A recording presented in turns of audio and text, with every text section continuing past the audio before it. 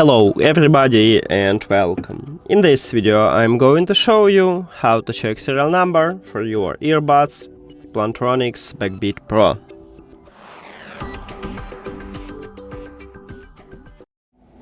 So basically we have two options how to check it. The first one, we can use a box, and at the bottom the box right here we have SN, what means serial number, so you can check it right here.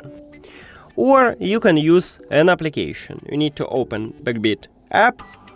Of course you need to add your earbuds to the application, then you will see the same menu and you need to go to the settings at the right top. Then click headset support at the bottom, and right here we have SN, what again means serial number, so you can check it also here. And that's it. Thank you for watching this video. If you found it helpful, please consider subscribing to channel and leave the like on the video. See you later!